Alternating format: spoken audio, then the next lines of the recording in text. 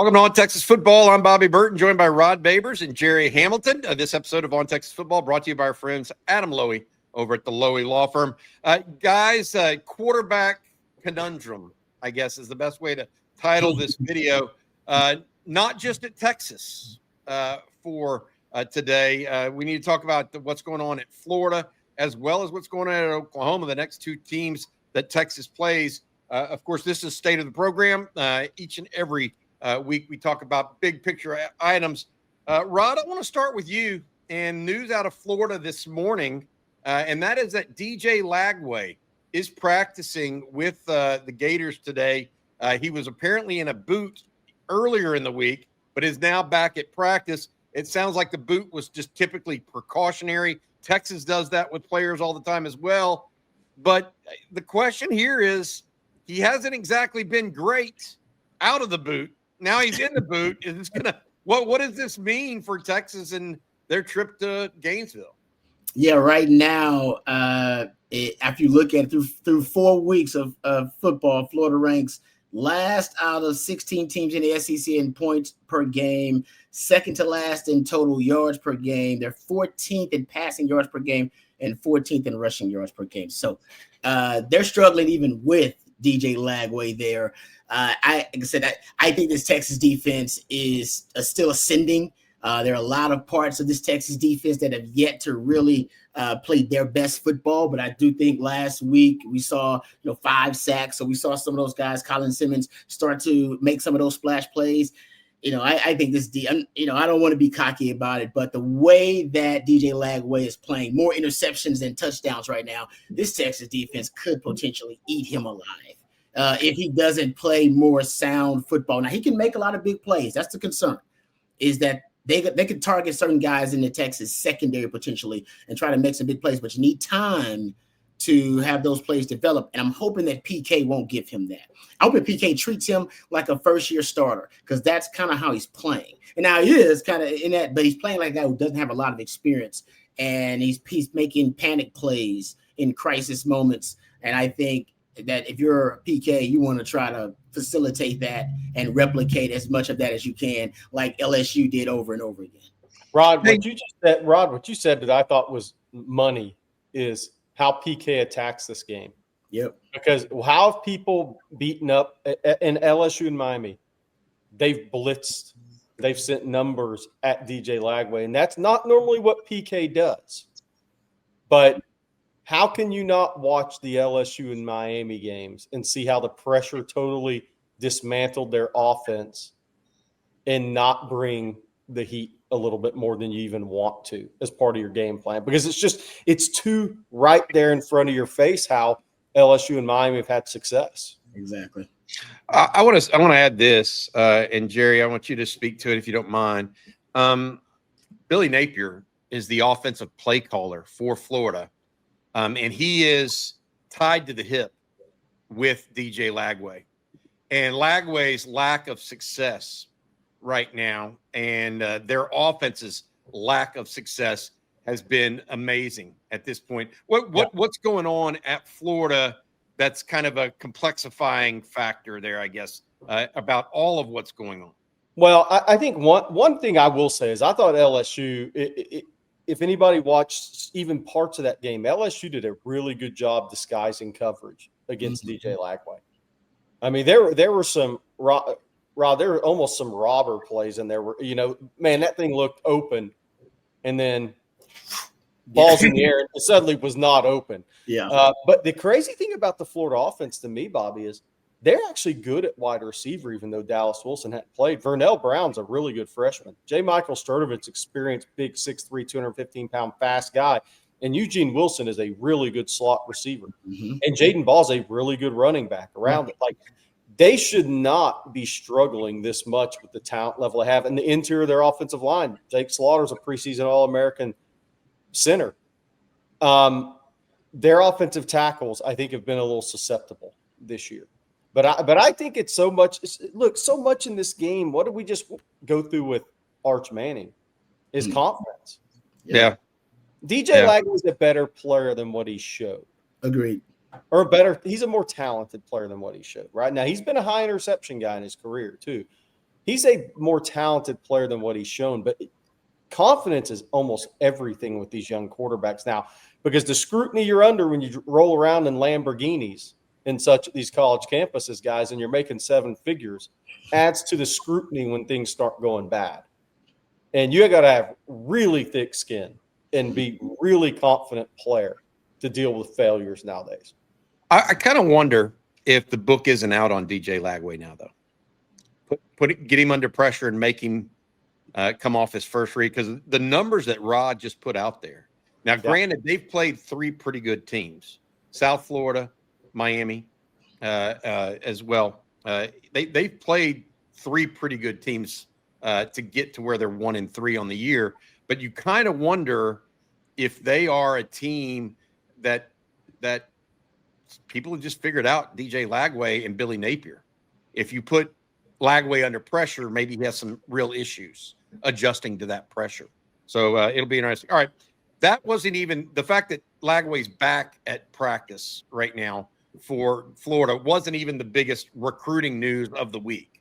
I mean, we all know that. Or excuse me, recruiting quarterback news of the week. That actually came yesterday up in Norman, Oklahoma, when John Mateer and the Sooners announced that he would be having surgery on his right hand later today, his thumb actually, which is just crazy because that puts all kinds of changes into that rivalry matchup with the Longhorns. For the second consecutive year, Texas now expected to face Michael Hawkins at quarterback.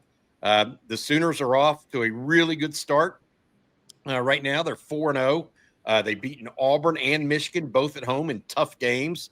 They've been proven their defense is stout, but then they lose their quarterback. I mean, Rod, your thoughts on Oklahoma at this point? Without John Mateer, they're going to have to manufacture something on offense to beat Texas. Yeah, I mean, the defense is legit. We know Venable is going to put out a good defensive product. I think they're top 5 third down defense. At least they were going into last week. Scoring defense, they're one of the top 10 best scoring defenses in the country. I think the defense is legit. I think in the secondary, they may have some vulnerabilities there, but you need time to get to them. And Venables usually ain't going to let you have enough time to try to spot those weapons downfield. John Mateer is just the playmaker, though, that complements that defense really well. Just can keep the chains moving, keep plays alive, drives alive, and be able to, obviously improvise and make plays on second reaction situations. So I think, and his rushing ability too. They don't really have a running game right now in Oklahoma. Now, it is John Mateer. He leads them in carries, yards, and touchdowns. Yeah, all of it. Yeah, he is the running game, and if I'm a Sooner fan, I worry about that as well. And this guy, he's got, I'm sure, NFL aspirations to play at the next level. So I don't know how much that's going to play into him, the recovery, and if they think they're going to try to rush him back. I'm sure how the Sooners do when he's out will also play a huge role in his decision. There's a lot at play here, a lot at stake here. But for Texas, I mean, the football gods have shined upon you a little bit here so far in SEC play. I believe more than half your game you've played a backup quarterback in SEC play, right, so far through your first year plus of SEC play. So I think Texas now has a huge advantage in this matchup because I don't expect them to play. I don't. I think there are just too many factors now working against that decision. That would basically, it would be a bad decision by him, whether a business decision or even as, even if he's just trying to play through the rest of the season and complete the season, rushing it back, I think, would be ill-advised. I think everybody around him would tell him, like, dude, no, you were a Heisman front runner before you hurt yourself. Don't necessarily rush it back. So he's obviously tough. I mean, he made it through that whole game with the injury and still played at a reasonably high level. So I respect him, but I don't think he's going to play versus Texas. Hey, Rod, so Bobby and I have talked about this a couple of times. We hadn't got your thoughts on it. 2, better for Oklahoma that the injury happened now versus Kent State because at least Michael Hawkins gets a start, 1. But here's the main question for you. Don't they have to be cautious with Michael Hawkins and how much they run him? Because you don't want to get the QB3 ever in seasons. Yeah. How cautious do that Ben Arbuckle have to be with Michael Hawkins because run game's big part of his game as well, and it's been a big part of a Oklahoma offense that, like Bobby said, struggling to run the football without the quarterback. how cautious do they have to be with Michael Hawkins? Because they don't want to go to QB3 against Texas. Yeah, you got to do like Sark, right? You can't major in the quarterback run game anymore. Maybe just minor in it. Because Texas is in that situation too. I mean, you have these quarterback injuries, and we've talked about it. Let's not, that obviously we understand Texas right now is feeling pretty good about their quarterback situation coming off the game you had. But knock on wood, running your quarterback a lot, exposing your quarterback inevitably was going to increase the chance of injury risk, right? And I think Texas is dealing with that too. And I think Sark is also right now understanding he needs the quarterback run game for the offense to add juice to it. But you still got to balance that with, man, I cannot get this guy hurt because our season changes drastically when we lose our starting quarterback for any amount of time. And Texas hadn't had a season yet with Sark where they have a quarterback start and finish every game during the season. So knocking on wood, hoping that's going to be Arch, but I mean, Arch runs more than any quarterback Sark has had in the last 10 years. So he is more exposed than any quarterback Sark has had. So I'm not even sure Sark knows how to handle that. That's a really tough position for Ben Arbuckle at this point. I'm with you, Gerry. I think now you may see him be a little bit more conservative with those runs and maybe just tell him, hey, when you scramble, protect yourself. Get down early, get out of bounds. We're not looking for the extra yardage, and try to see if he can, as a runner, be a more responsible runner. Try to encourage him to do that because I think you got to encourage Arch to do it too. But they're running quarterback counter with Arch. Yes, quarterback counter. And now you're about to start doing it in the SEC, which is a different animal. That's my whole point. As you look at it, I mean, look, two guys with Mateer and now Sellers. Lenore Sellers. He's a run threat for sure. He's been dinged up. You got guys like Marcel Reed that like to run out there. Avia likes to run. All of them like to run. Avia loves to run. Taylor Green, Arkansas. You wonder if that's part of the rough and tumble issue that you have to deal with in the SEC. I mean, you're going up against big dudes on a day-by-day basis. All right. Before we move on from this, I want to ask y'all a totally separate question on OU. Okay. Before John Mateer was injured, what did you think the chances were that Texas would win that game versus OU? Now that he's injured and unlikely to play against Texas, what do you think the odds that Texas are to win? So say you thought it was 50-50. That's where I was. Oh, okay. 50-50. What do you think it is now, Gerry? 60-40. I still only 60-40. Yeah, Oklahoma's really good on defense. Michael Hawkins is not a true freshman. I think Michael Hawkins fits this system better than he did last year for Oklahoma. That's healthier wide receiver. Deion Burr, I mean, as soon as they get through Kent State, I think they're better on defense than they were a year ago. I think the team has more confidence at Oklahoma this year because they have beaten Michigan and Auburn versus a team that was devastated by injuries and didn't have a lot of confidence last year. I still think it's going to be a really tough game. And remember, Texas embarrassed them last year. Yeah. Well, they've been embarrassed them 2 of the last 3 years. Rob, What about you? I was actually probably, I was probably picking Oklahoma in this matchup prior to the injury. I'm not going to lie to you. I think I talked to some fans about that at the game and said, if it happened today, I might have to lean Oklahoma, and I hate doing it. It hurts my soul to do it. But I think I'm with Gerry. I mean, I think right now they got the top scoring defense in the country. That defense is really good on third down. Texas is really bad on third down. And their D-line is really impressive for those short yardage situations and in the red zone. But without John Mateer being able to complement that really good defense, to have a playmaker on quarterback, it flips for me. I'm taking Texas. I'm kind of like Gerry, probably 65-35 Texas now with a 65% chance to win. What about you, Bobby? Yeah, thanks. I was thinking it was about 55-60% Texas before.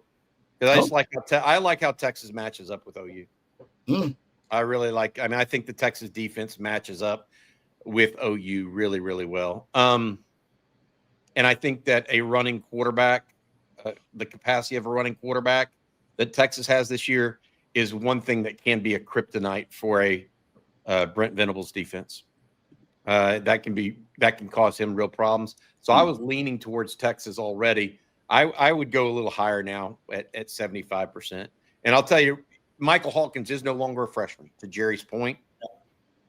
But look, the only team he's going to have played against will be Kent State prior to seeing Texas. It ain't the same. No. And we've seen that ourselves and know exactly where we're coming from. So I'm a little bit different than you guys. Hey, before we get to our final question and thought here, I want to make sure we say thank you to Adam Loey and the Loey Law Firm. Adam and his group have been helping injured Texans for 20 plus years now. Adam, if you have been injured in a car wreck, truck wreck, automobile accident of any kind, and think you might be due compensation, make sure you reach out to Adam for a no strings attached consultation. Adam and his group, again, have been focused on helping injured Texans for decades now.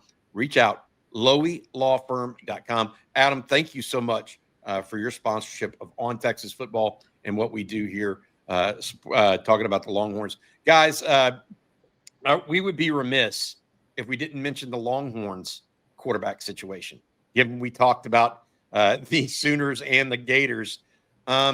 Arch Manning coming off a big week against Sam Houston State. He looked like he started slow, but then something happened and a switch was ignited. Does that switch keep going? Is it still flickering this off week and into Florida? Is that the question we all are asking each other? Yeah. I mean, isn't that the big question for all of us to continue this into Florida, Gerry? No, I think the confidence is there for him now. It's perfect timing, as we talked about, going into the off week. But I'm here to tell you my opinion on this Florida-Texas game. And Texas is the better football team, and Florida's beat up on the defensive interior. But whichever quarterback plays well early in this game is going to be significant. Like, if DJ Lagway struggles early in this game, that's going to be an ugly place. The fans are going to be booing Napier as loud as they can. But if Arch gets off to a rough start, you can get right back to those Ohio State feelings quick. Yeah, that's what I was saying. I mean, I think the start in the first quarter in this game for these quarterbacks is really, really key because they're two good defenses, and there's a lot of good athletes that can pick off your bad plays and make the most of your bad plays in this game. I think the first quarter is huge for Arch Manning in the Swamp because while he played well and I loved what I saw, it's still easy if you have a bad first 2 or 3 series, a turnover early in the Swamp, and the crowd gets into it to kind of revert back to start doubting yourself a little bit again. That game, Rod, is probably gonna finish at night too, by the way, because it's a 3:30 local start in East Coast. So you're gonna be finishing that game when it gets dark in the Swamp. What do you think about Arch and his confidence going into that game? I think I'm with Gerry again. I think, Gerry talked about last game against Sam Houston. The start has got to be key, right? You got to have a good start. And even though there was some shaky play early on, like you said, Bobby, he settled in, and then the start ultimately was good because you scored, had success, and then boom, we saw how that kind of proliferated into more success. So the way I describe it for Longhorn fans, listen, I don't know if any of y'all ever took an open book test. All right. Open book test back in the day. I used to love the open book test. All right. I had a lot of coaches that were teachers. So open book test was a big thing. And I don't know anybody who ever failed an open book test. Maybe somebody did. But if you failed an open book test, I'm praying for you because that means you're going to struggle for the rest of your life with everything because it's pretty easy to make an A on an open book test. That's what's expected. This was an open book test for Arch, right? Sam Houston State, open book test. He made an A, did what was expected. The Florida game, that's another big test for him. We shall see. That will be the second best pass defense he's faced behind Ohio State, as Gerry mentioned. So Florida's like top 30, somewhere around there in pass defense. And ultimately, the midterm is what it always is.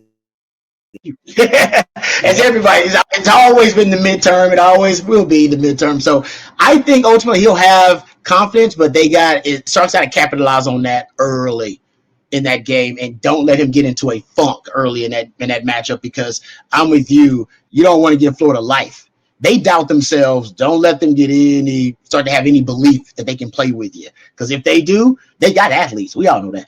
Florida got athletes. Rod, one thing you just said that I don't think we brought up yet because we're so early in the Florida talk. Florida defense has faced 3 good quarterbacks already. The kid at South Florida, Garrett Nussmeier, and Carson Beck. So it's not like anything Arch throws at them they haven't seen this season so far, and they've had success defensively against quality quarterbacks even through loss. So their confidence going in against Arch is going to be there. That's one thing that hadn't been talked about. The Florida defense has faced good quarterbacks this year. Good point, Gerry. All right. That's going to do it for State of the Program. Appreciate you guys going over the 3 quarterback issue over these next couple of games for the Longhorns. DJ Lagway at Florida, John Mateer and his situation at Oklahoma, as well as our Arch Manning. All right, that's going to do it. Thanks to Gerry Hamilton. Thanks to Rod Babers. Thanks to our sponsor, Adam Loey, over at the Loey Law Firm. Again, if you've been injured in a car wreck, truck wreck, or automobile accident of any kind, make sure you reach out to Adam and his friends, his coworkers at loweylawfirm.com. That's loweylawfirm.com. You guys have a good one. We'll be back a little bit later today. Welcome Horns.